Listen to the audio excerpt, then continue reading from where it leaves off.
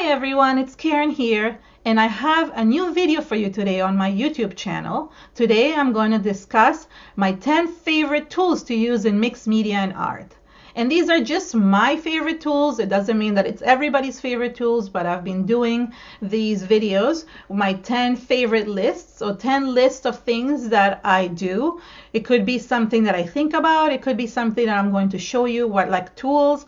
And just stay tuned for the next few weeks as I go through all the lists of things that I thought about. But today it's going to be about my 10 favorite tools that I need for mixed media. Okay, thanks. Enjoy.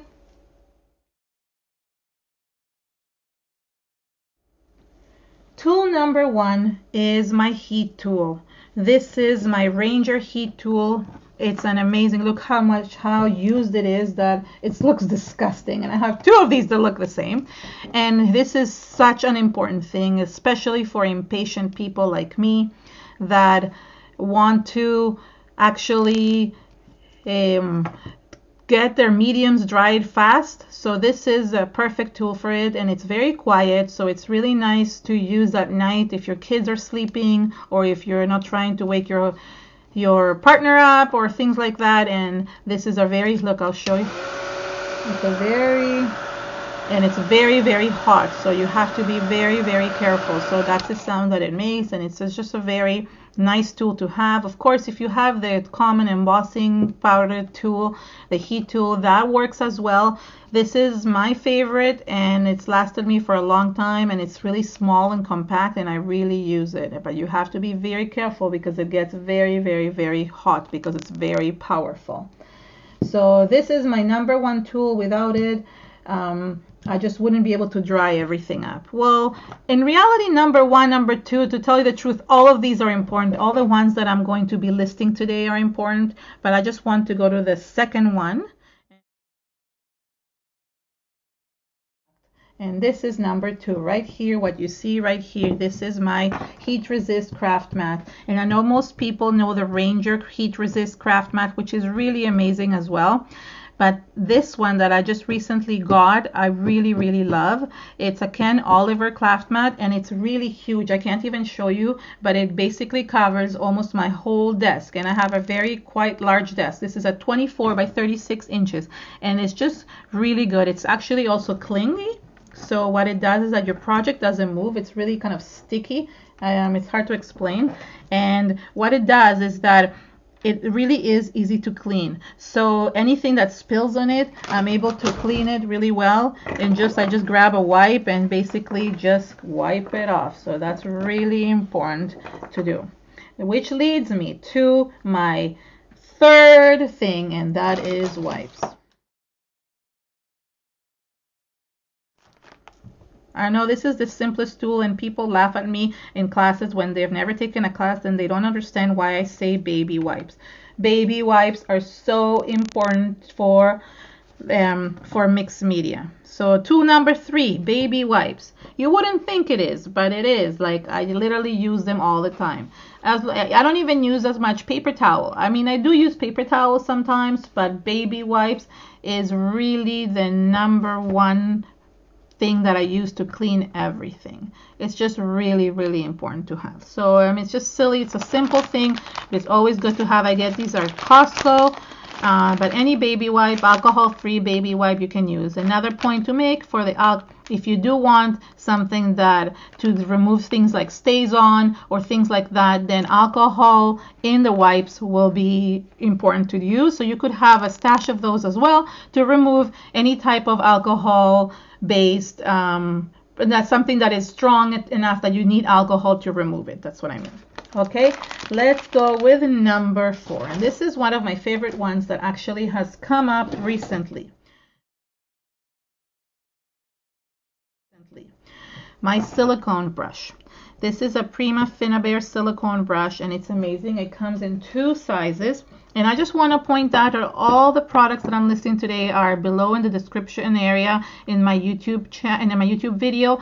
And all the links to all the products, that's what I mean. So if you want to purchase them, they're there for you. You don't have to purchase them, but I just want to tell you these are my opinion of my favorite things and how easy it is to use. So this silicone brush, it's really, really great. So what you do is you can apply anything with it. You can apply gel, you can apply gesso with it, and it's just much softer than the hard tip of a palette knife. So I find the palette knives are great. I've been using them for years. As you can see how dirty they are. But the softness of this, it really makes a difference when you're using it over a stencil or over different things. And you can see lots of videos in my YouTube channel where I use this product. This is a really, really great product, and it's just a recent product that just came out from Prima Finnabair. So this is what I like a lot. Now for number 5, right? Am I on number 5? Yes, number 5. Paint brushes. Oh gosh. Okay, so for paint brushes, really, I mean, this is an obvious. People know there's the paint brushes that Prima has, that Finnabair created, that has it double-sided to create texture. I have so many different types of brushes. I have stipple brushes, which are great for like the waxes. I have dollar store brushes.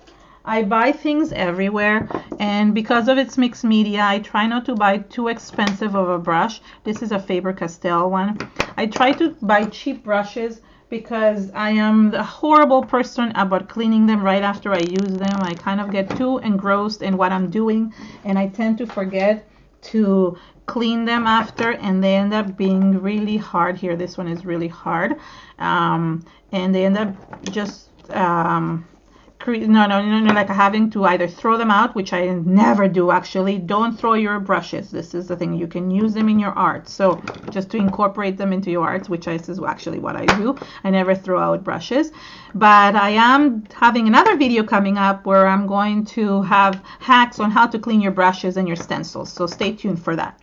So that's my number 5 tool, which is the brushes. Okay. Number 6. Number 6, blending tools. I love blending tools. These are really important when I'm inking things, especially when I am using my Distress Oxide inks or regular inks or any type of ink. It's really important to use their special ones for alcohol inks. And if you can't afford the ones that are like, pre-sold, you can make your own. You can buy one of the craft foam sheets and use an old doorknob, and you can just make your own. Look, I made this one myself. This is an old doorknob from Home Hardware, and all I did is I just bought the foam and then stuck this on top and categorized each with a different color, and then I know that that's the one, and it's a perfect grip to just go and blend everything together. So that's my 6th favorite tool. My 7th favorite tool is stamping blocks, and here I have so many different kinds here with me. There's small ones and big ones, and have the ones that have a grid with handles, and there's so many other ones on the market. There's of course the platforms that I don't have. I don't own one, but I will hopefully soon, where like the MISTI one or Mirror Memory Keepers, or the ones that are supposed to come out from Tim Holtz. There's also like Fiskars has really cool tools that I actually just purchased. I don't have them yet. They're on their way, but this is one of my favorite ones, and this because it has a handle and you can apply a lot of pressure on the actual stamping area. I usually use my hands to stamp texture on my mixed media because I don't want to get that perfect image, but I want it to be distressed. But this is really good when you're making mixed media cards, or you're making any type of thing that you want a really big, strong impression of the stamp. So that's my tool number 7.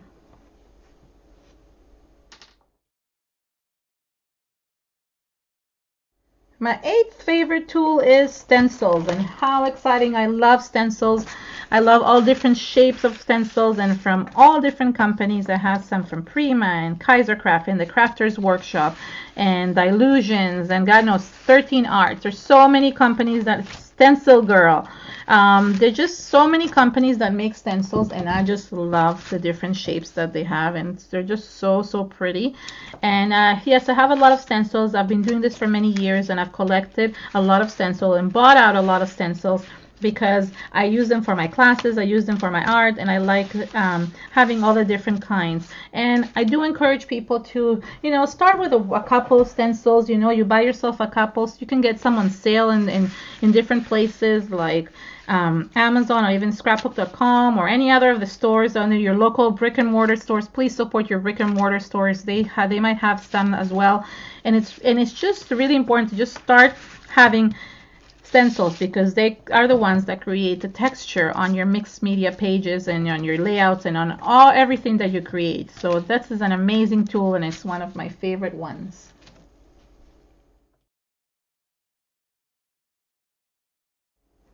My ninth tool that I love for mixed media or for anything is stamps. I really, really love stamps. Again, the same with the stencils. I've been collecting them for a while. I collect anything that can make texture or a really cool design. Like, for example, like look at this one. This is a Prima one, and there's so many companies that make it, like Heidi Swap, 49 in Market, Inkadinkado, which you can buy at Michael's. You know, like these kind.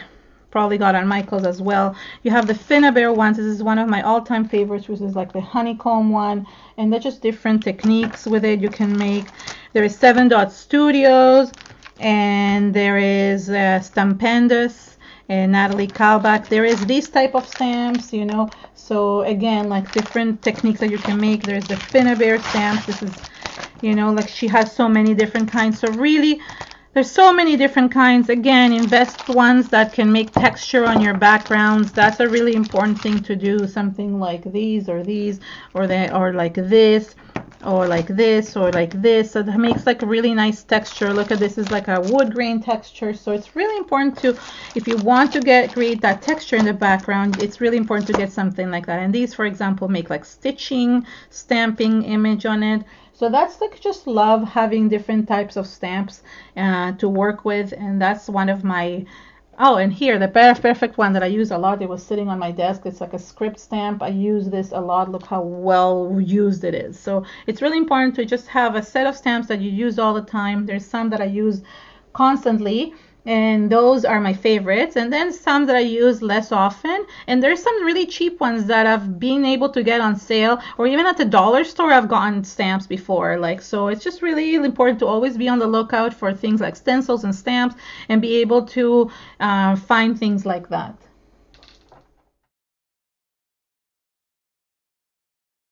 My 10th most favorite tool is my spray bottle. I use this all the time. I've gotten some of this one is from the dollar store, and it's kind of a spray bottle like this. But my favorite is actually the ones that are held like this. It's just easier to spray, and I just find it easy. This is also from the dollar store. This is in Stampen, this one. Ranger has one. Faber-Castell, Tim Holtz, everybody has a spray bottle, and I have to tell you, it's the most useful thing ever, because it really creates the most amazing designs, and you can wet things and you can spread things, and it's just really one of my favorite tools. So you can see that a lot of my tools are very, very inexpensive. Some of them are expensive because I have a lot of them, but in reality, like a lot of the tools, once I buy them one time, I have them for a very long time. So which is like the heat tool, and this, and the mat, and this bottle, and the wipes. Well, the wipes go up quickly, I guess, but paintbrushes stay for longer. Silicone brush. So a lot of things, you're investing in these tools, but you can use them for a very, very, very long time. So I hope you enjoyed my 10 most favorite tools for mixed media and art. If you know of an amazing tool that I just must have and try, please comment below in the comment area of my video and let me know what that cool tool is. And once I try it, I will definitely come back and review it and let you know how I loved it. So thanks so much, and have an amazing day creating. Bye!